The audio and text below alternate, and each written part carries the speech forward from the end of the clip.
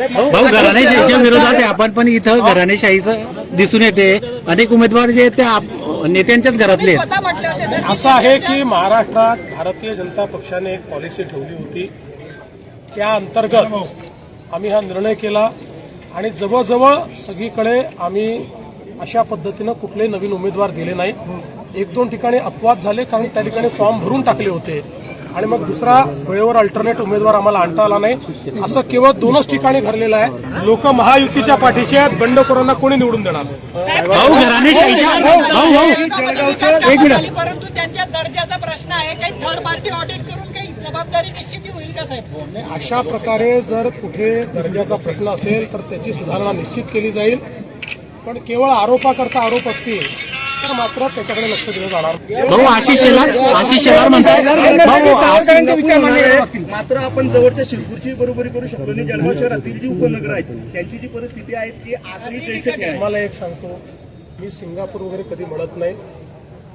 आपलं जळगाव हे आपलं जळगाव आहे, आपली संस्कृती वेगळी आहे. जे काही घडलं जळगावमध्ये ते आमच्या काळातच घडलंय आणि पुढच्या 5 वर्षामध्ये विकसित जळगाव आपल्याला करायचं. भाऊ, आशिष शेलार म्हणतात अजित पवारांना की तुम्हाला जर वीर सावरकरांचे विचार पटत नसतील तर तुम्ही लांब राहा किंवा असं. पण मला असं वाटतं की वीर सावरकरांचे विचार हे अजितदादांनी त्याचा विरोध करण्याचं कारण नाही. त्यांनी कधी केलंही नाही. म्हणजे मला माहिती नाही त्यांनी केलं असेल तर, आजपर्यंत तरी मी बघितलं नाही. पण हे आमची भूमिका ही पक्की आहे की वीर सावरकरांचा विरोध हा आम्हाला मान्य नाही. राज ठाकरेंनी उद्धव ठाकरेंना पक्ष सरेंडर केल्याचं धुरी म्हणतायत भाजपामध्ये गेल्यानंतर. असं आहे, आता ते त्या पक्षामध्ये होते त्यामुळे त्यांना त्या पक्षातलं जास्त माहिती आहे. ते शेवटी काही ना काही नाराजी असेल म्हणूनच आमच्याकडे आले की नाही. त्यामुळे ती जी त्यांची भावना आहे ती अनेक लोकांची भावना आहे.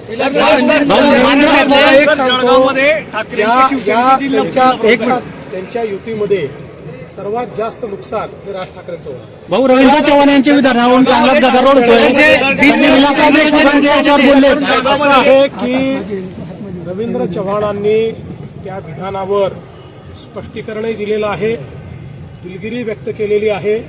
त्यांनी हे स्पष्टपणे सांगितलं आहे की मी फक्त रेकॉर्डबद्दल बोलत होतो की नवीन रेकॉर्ड तयार करा.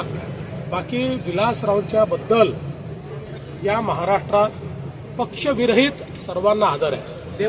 त्यामुळे विलासरावांच्या स्मृती कोणी पुसणार नाही, कोणी पुसू शकत नाही. आम्हाला सगळ्यांना आदर आहे.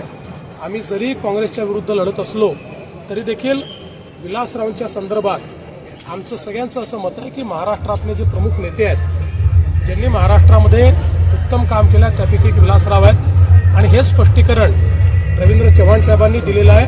आणि याच्या पुढे जाऊन कोणीही निवडणुकीच्या काळात दिलगिरी व्यक्त करत नाही, पण त्यांनी दिलगिरी व्यक्त केली आहे कारण त्यांच्या वक्तव्याचा चुकीचा अर्थ निघालेला.